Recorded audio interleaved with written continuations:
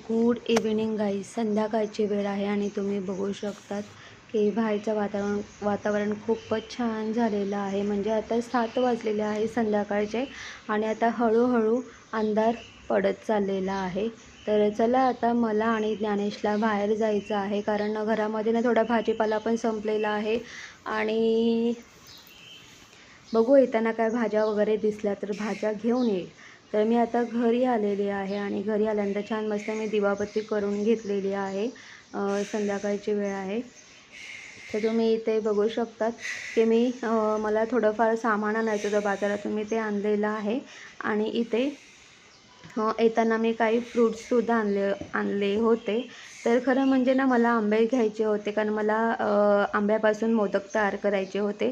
पण ही जी बाकीची सगळी फळं आहेत ना, ती ज्ञानेशनी स्वतःच्या आवडीने घेतलेली आहेत.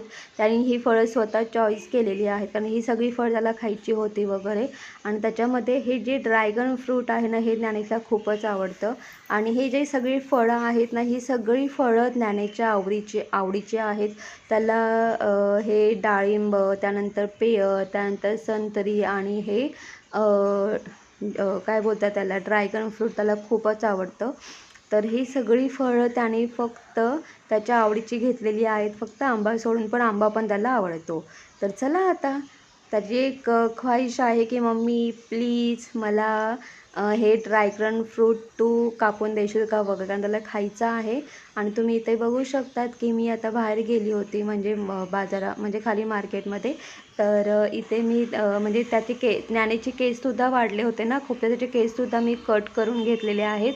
खूप दिवस झाले, जवळजवळ मी तुम्हाला सांगू का 2 महिने होऊन गेले होते.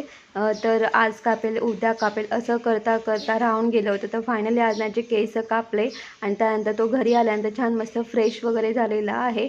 आणि त्याची एक फर्माईश होती की मम्मी प्लीज मला ड्रॅगन फ्रूट कट करून देशील का. तर मी अशा पद्धतीने हे ड्रॅगन फ्रूट कट केलेलं आहे. याचं नाव पण घ्यायला ना एवढं हे वाटतं ना की बाबा त्याचं नाव पण एवढं हार्ड नाही फळाचं. पण काहीही असू दे, पण ज्ञानेशला हे फ्रूट खूप आवडलेलं आहे. आधी पण आवडायचं, आताही खूप आवडतं. आणि फळांचा आस्वाद घेता घेता आम्ही टी व्हीसुद्धा